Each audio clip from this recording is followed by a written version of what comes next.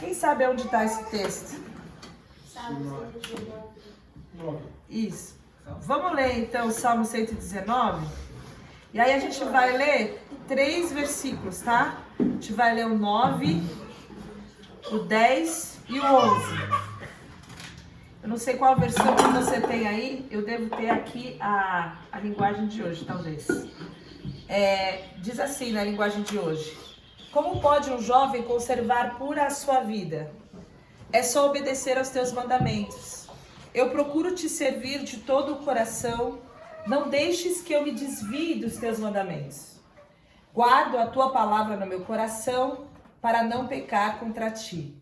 Quem tem outra versão para ler pra gente? O 9, o 10 e o 11. Uma versão mais contemporânea ou pode ser uma velha? Pode ser uma outra, só pra gente... Com que purificará o jovem o seu caminho? Observando conforme a tua palavra. Com todo o meu coração te busquei. Não me deixes desviar dos teus mandamentos. Escondi a tua palavra no meu coração para não pecar contra ti. Amém. A gente vai, hoje, pra gente fechar, falar sobre 3 R's. 3 R's, para gravar no coração de vocês. Último dia do retiro, 3 R's. Ressignificar, renovar e resistir. Com base nesse texto, que é o texto tema do nosso retiro. E quando a gente pensou e a gente conversou ontem sobre a palavra de Deus, eu queria puxar então o primeiro versículo que fala sobre ressignificar. O que é ressignificar? Alguém chuta? Pelo nome, vai. Sem muito conceito difícil. Boa! Isso, dar um novo significado, certo? Então você está numa mesma situação, mas você passa a olhar aquela situação com outros olhos, e a partir do momento que você tem um outro olhar sobre aquela situação, toda a situação muda. Você consegue ver aquela situação de uma outra maneira. A gente ainda brinca, não dá para desver, porque você daquilo tem um novo significado para você. A situação não mudou, mas a sua forma de ver mudou, porque você mudou o significado para aquilo que está acontecendo. E uma das coisas mais poderosas que a palavra de Deus faz é ressignificar o nosso entendimento, não só com relação à nossa vida, mas com relação ao pecado, com relação aos relacionamentos. Toda a nossa vida deve ser ressignificada, deve ser traduzida, deve ser encaixada, deve ser estruturada, como nós falamos anteontem, na palavra de Deus. E da onde eu tiro essa ideia? Do versículo muito conhecido de Romanos 12:2, que fala que a gente não deve se conformar com esse mundo, mas nos transformarmos pela renovação do nosso entendimento. A renovação do nosso entendimento, então essa ressignificação. E quando nosso entendimento muda, nosso entendimento mudou. Então eu começo a experimentar a boa, perfeita e agradável vontade de Deus. A primeira parte, então, é como eu posso manter puro meu coração. Eu vou conhecer a vontade de Deus, meu entendimento vai ser transformado e eu não vou mais viver da maneira que eu vivia. O salmista responde de uma forma mais simples. Ele fala, se você quer manter puro o seu caminho, é só você obedecer os mandamentos. Mas para isso, a nossa vida precisa ser essa vida colocada nos trilhos. A gente precisa entender o que a palavra de Deus traz para nós. E tudo que a gente ouviu ontem, e a gente tem ouvido, né, ao longo da nossa vida, é o padrão de Deus para a nossa vida. Quando a gente recebe o padrão de Deus para a nossa vida, isso deve mudar o nosso jeito de viver. Então a gente tem um padrão, às vezes cultural, às vezes eu ouvi isso da minha família, que isso era certo, que podia fazer, que não tinha problema nenhum, meus pais nunca se importaram. Mas aí de repente vem a palavra de Deus e fala, olha, isso daqui não é o propósito de Deus para sua vida. Deus não deseja, esse não é a forma de você manter puro o seu caminho. Então você tem seu entendimento, a sua mente transformada.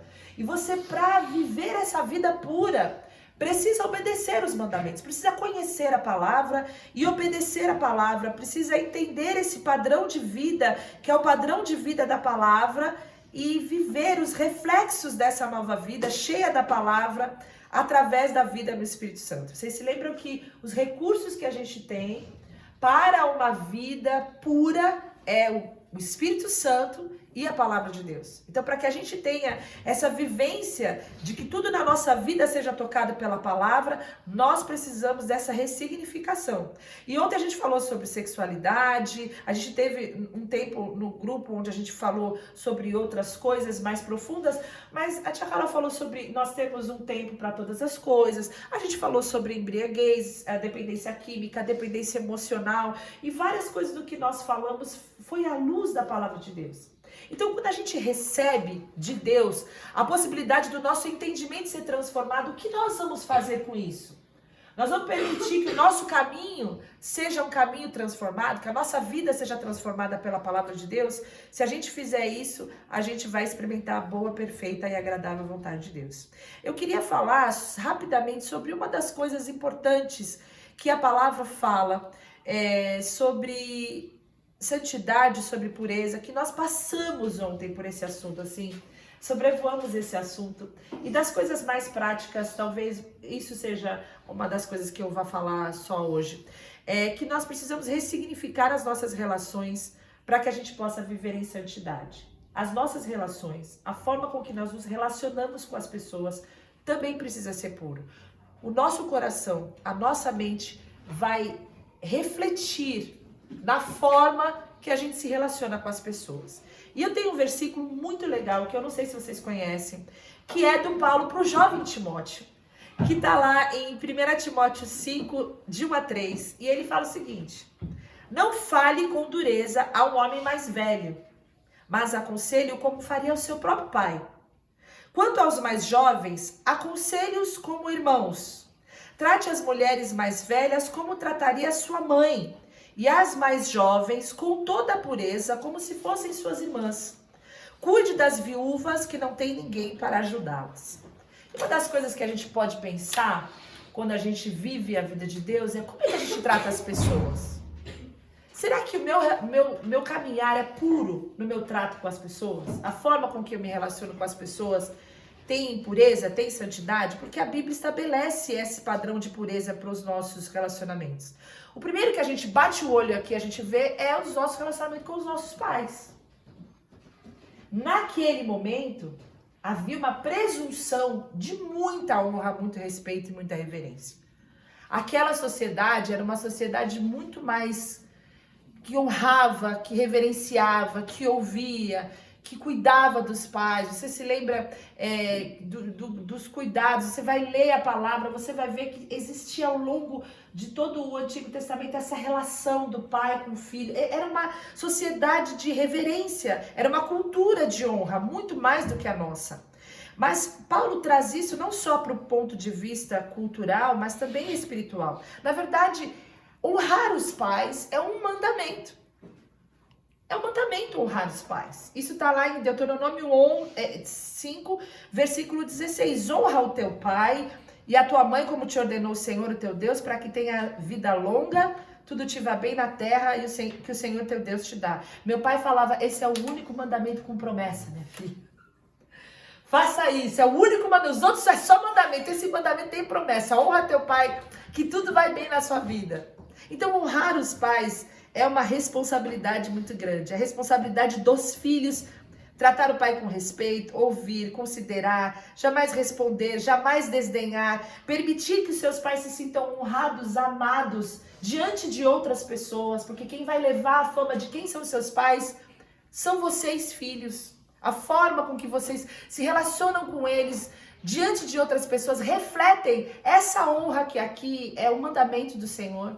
E às vezes a gente percebe que para a gente manter puro o nosso caminho, a gente está preocupado em tantas outras coisas que a gente julga como espirituais, mas a palavra de Deus, ela é muito clara. Se você vai tratar a outras pessoas mais velhas, que você respeita, e a gente tem várias pessoas que a gente trata bem, porque realmente a gente, pô, esse é o cara, né?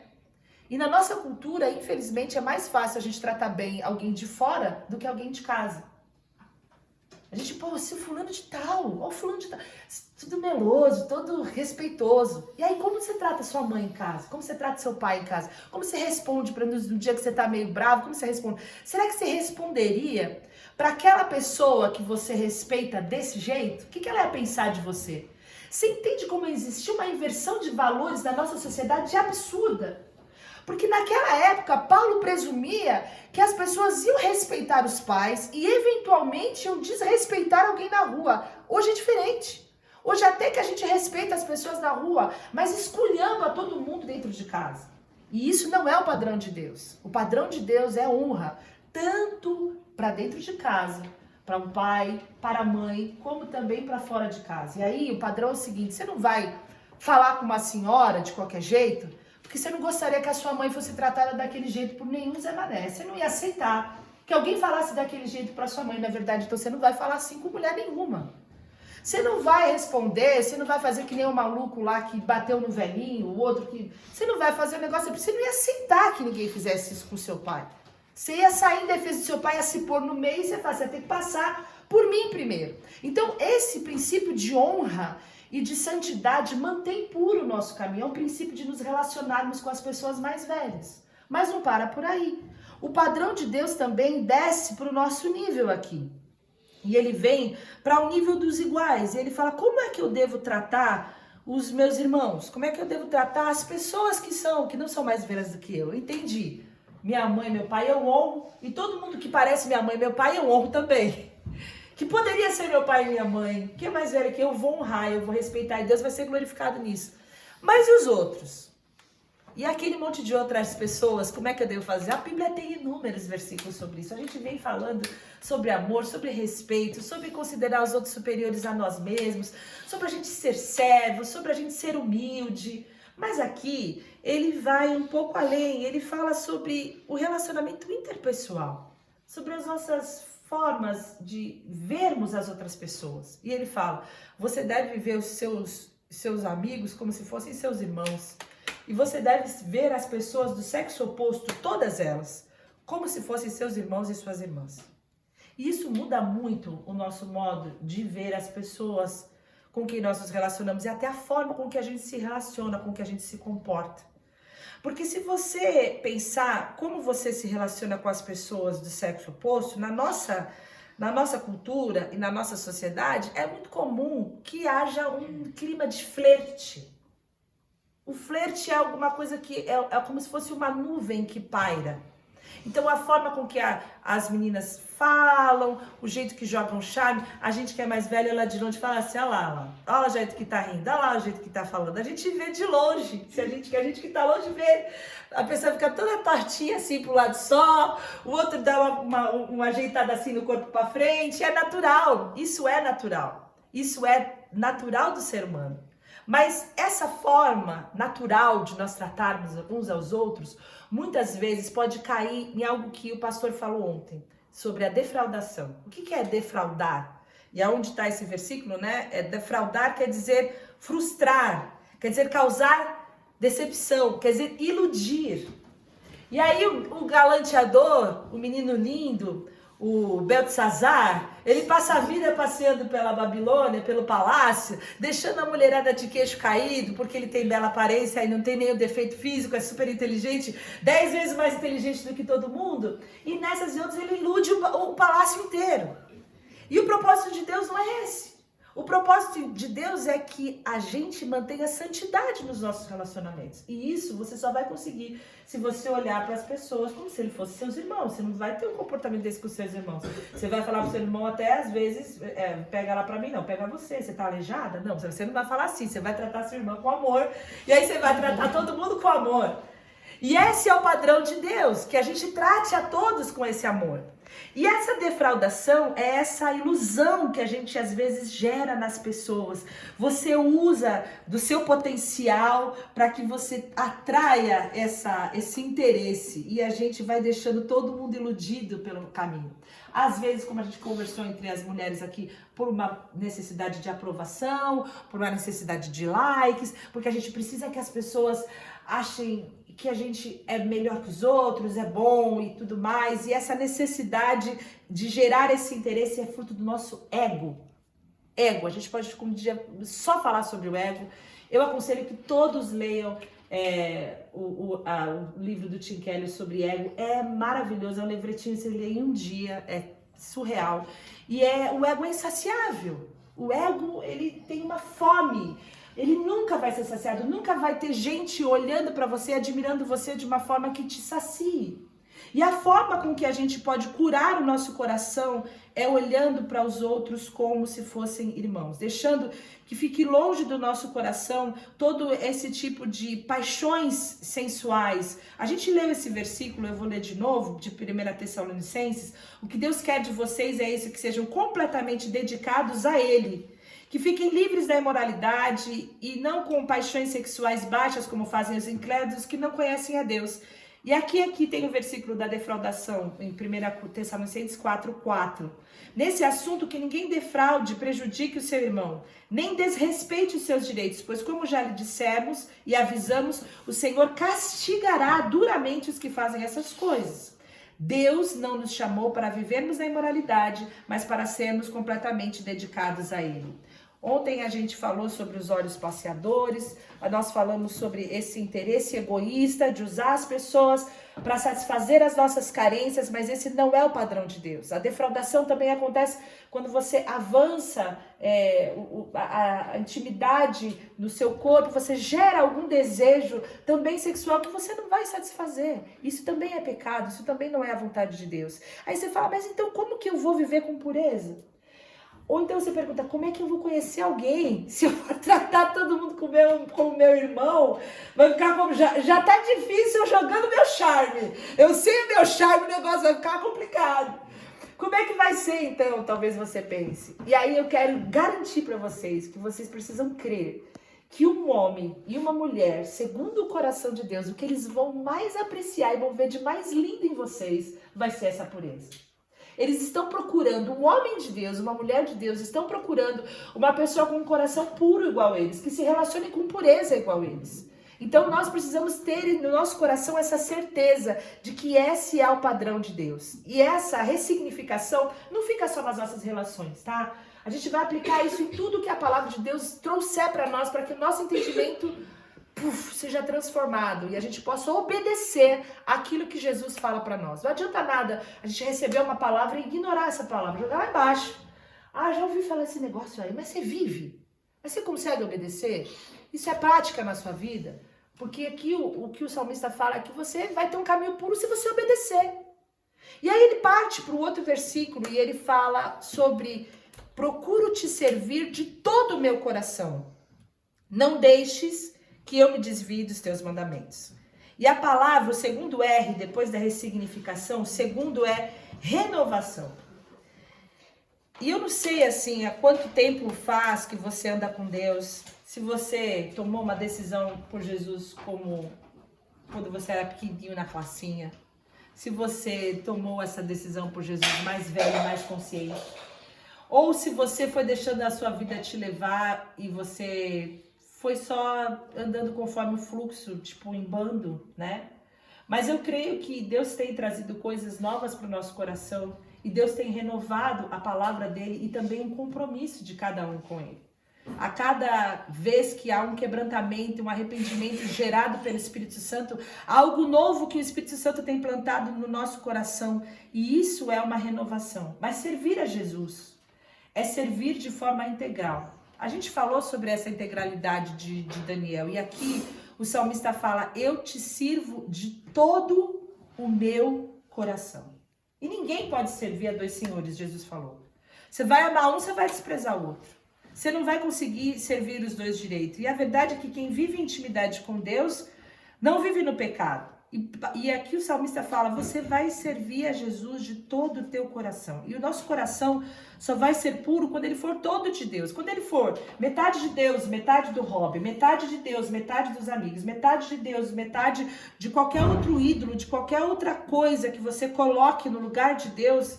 E às vezes você tá falando metade, às vezes Jesus fica com um pedacinho escondidinho ali na sua vida, nem metade ele tem. Tem uma partinha ali de domingo de manhã só. Enquanto Jesus não for dono de todo o nosso coração, e ele não for o nosso tudo, nós não temos como servir a Jesus na integralidade. Servir a Jesus é de todo o nosso coração. E aí eu queria dar uma imagem para vocês do nosso coração como se fosse uma casa. Eu já devo ter feito isso várias vezes. Você imagina que você tem uma casa, no meio da casa tem uma cozinha, e você passa o dia inteiro faxinando. Quem já fez faxina aqui com a mãe sabe como é que é. Dia inteiro. E aí você não fez faxina na cozinha. Você levou toda a sujeira da casa para a cozinha. E não deu tempo de terminar. E você não limpou a cozinha. E aí você começa a entrar e sair da cozinha. E tá aquela água suja lá. E aquela poeira. O que vai acontecer com a casa em muito pouco tempo? Toda suja também.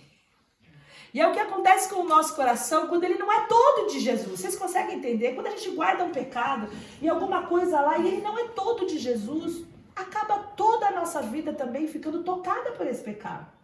Por isso que Jesus quer ser o nosso tudo e todo o nosso coração precisa ser de Jesus. Tudo em nós. A gente não pode armazenar espaço para pecados, espaço para nossa vontade, espaço para resistência. A gente precisa deixar com que o nosso coração seja tocado por Deus. E isso é integridade. Integridade é essa característica de você ser inteiro, de não diminuir nenhuma parte, de você ser pleno. Isso como funciona na prática? Eu amo a Jesus. Então, porque eu amo a Jesus, eu vou servir as pessoas como Jesus serviria. Porque eu amo a Jesus, eu vou perdoar as pessoas como Jesus perdoaria. Porque eu amo a Jesus, eu vou dar o melhor no meu trabalho. Porque se no meu trabalho as pessoas sabem que eu sou cristão, eles vão falar, cara, um cristão trabalha, ajuda todo mundo, tá sempre pronto para dar uma força para todo mundo. Se eu sou um cristão, eu vou ser honesto.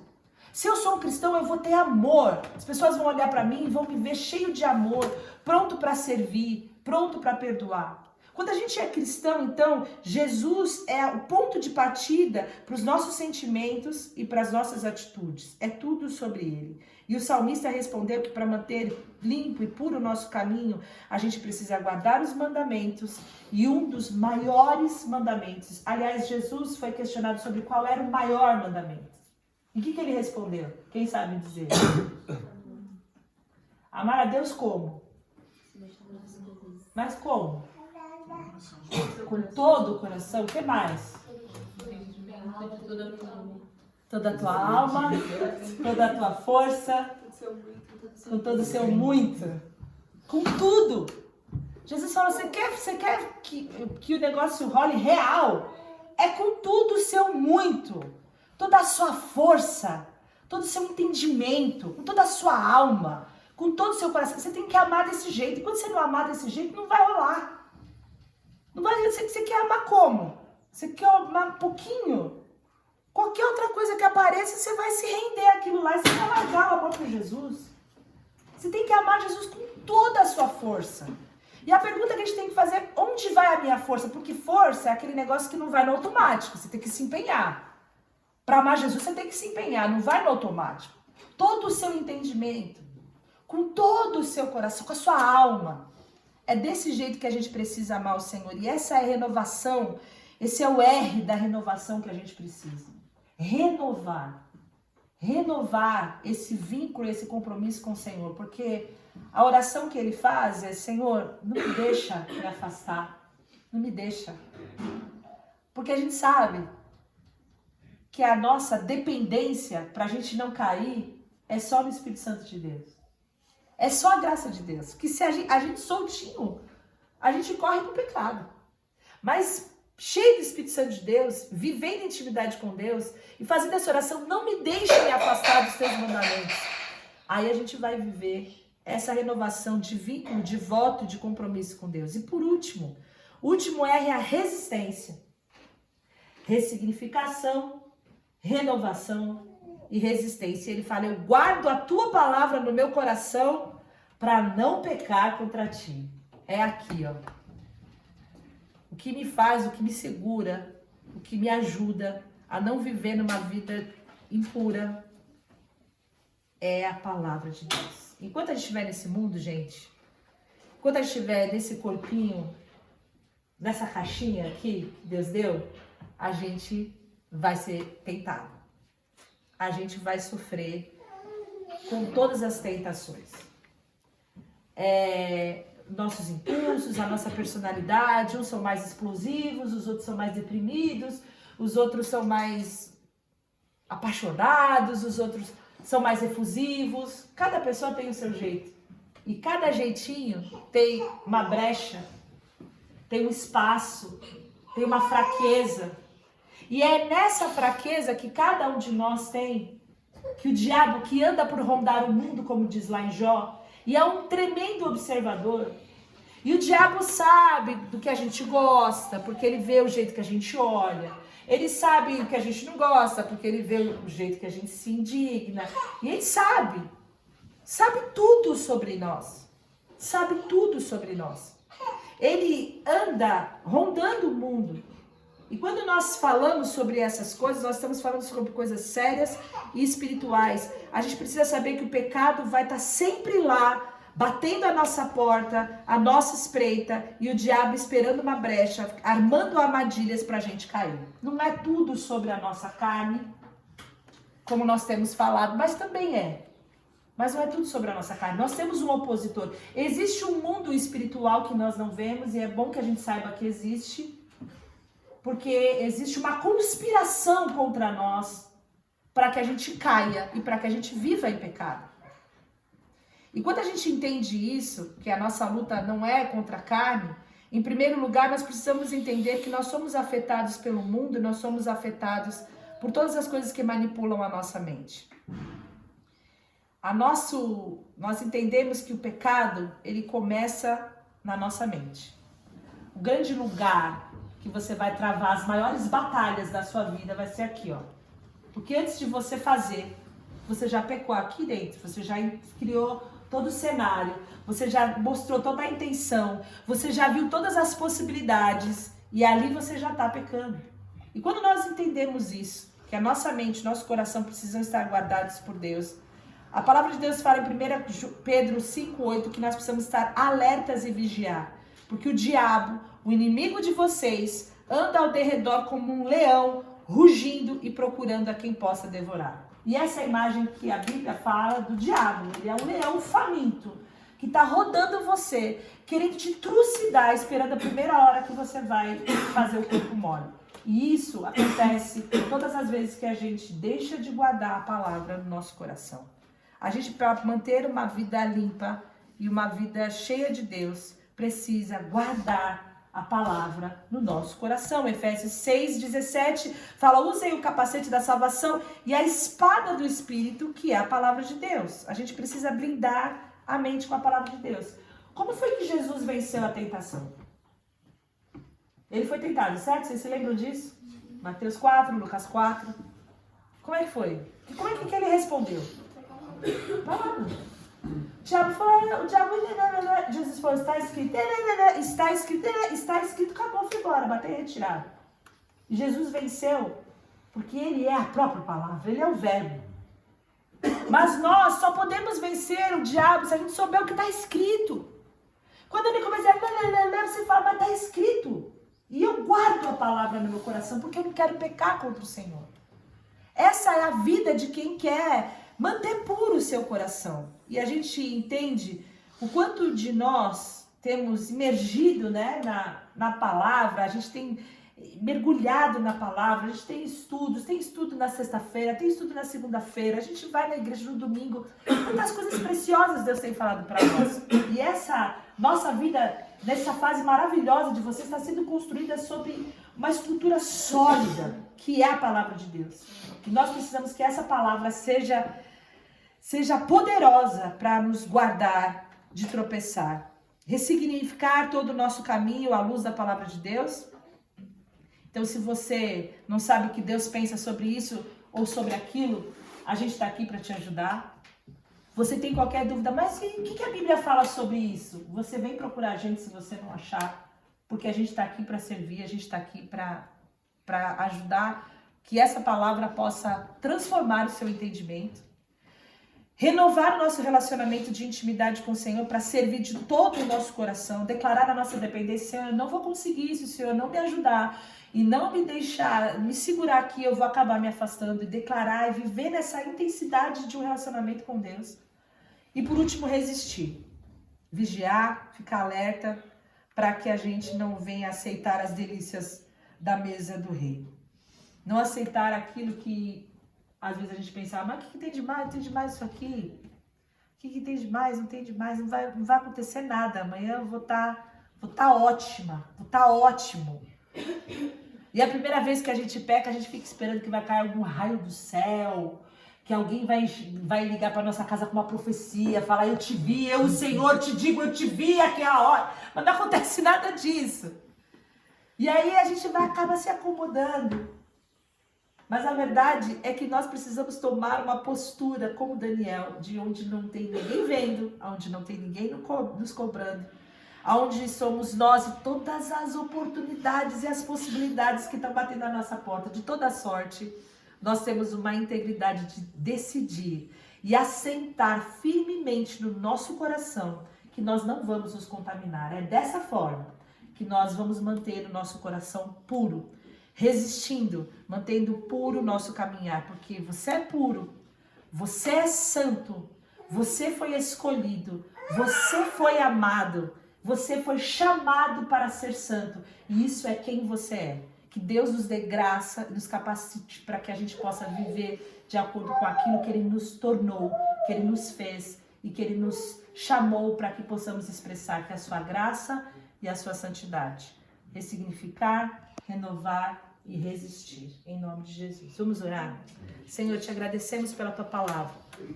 E como salmista, o que a gente pode dizer? Que pedir que o Senhor não nos deixe afastar dos teus mandamentos. Que o Senhor não nos deixe cair. Porque o Senhor é um Deus poderoso para nos guardar de tropeçar e nos apresentar puros diante da tua glória. E eu quero pedir a Deus que o Senhor possa ministrar ao coração de cada um aqui essa verdade de quem nós somos por causa da graça de Deus. Quem nós somos diante do amor de Deus, capacitados pelo Espírito de Deus. Eu peço que o Senhor possa nos ajudar a deixar os falsos ídolos, para que o Senhor seja o nosso tudo e nós te amemos de todo o nosso coração e toda a nossa casa seja limpa e perfumada, para que o Senhor possa habitar e o Senhor tenha liberdade de viver, e teu Espírito Santo que habita em nós tenha liberdade para viver em nós uma casa limpa e perfumada, que nós deixamos para que o Senhor pudesse refletir a tua glória. Senhor, nós te agradecemos por todas as coisas maravilhosas que o teu Espírito tem trazido para os nossos corações. Te louvamos por esse tempo tão maravilhoso, Senhor. Sabemos que ainda temos tantas coisas boas nesse dia, mas eu quero pedir, ó Deus, que o Senhor nos faça pessoas que ressignifiquem as suas vidas a partir da palavra de Deus.